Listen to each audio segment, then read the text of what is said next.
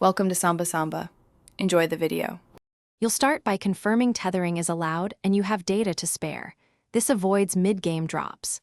Once done, enable the mobile hotspot on your phone and create a clear SSID and secure password so you can find it easily.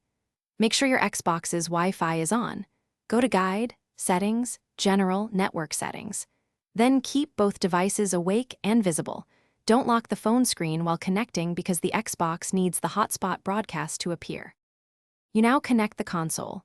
On the Xbox, choose Network Settings and set up Wireless Network, then scan for your phone's SSID.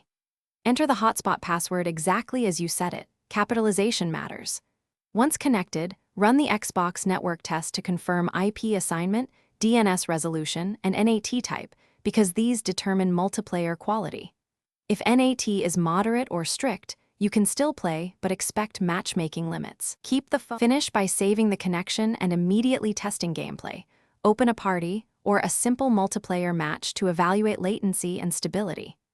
If you see lag or disconnections, switch the hotspot band to 5 GHz if your phone and Xbox support it, and move the phone closer to the console to reduce interference.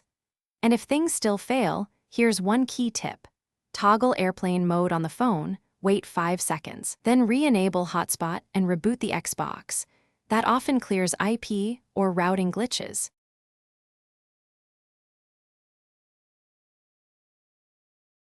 Thanks for watching. Consider subscribing if we helped you.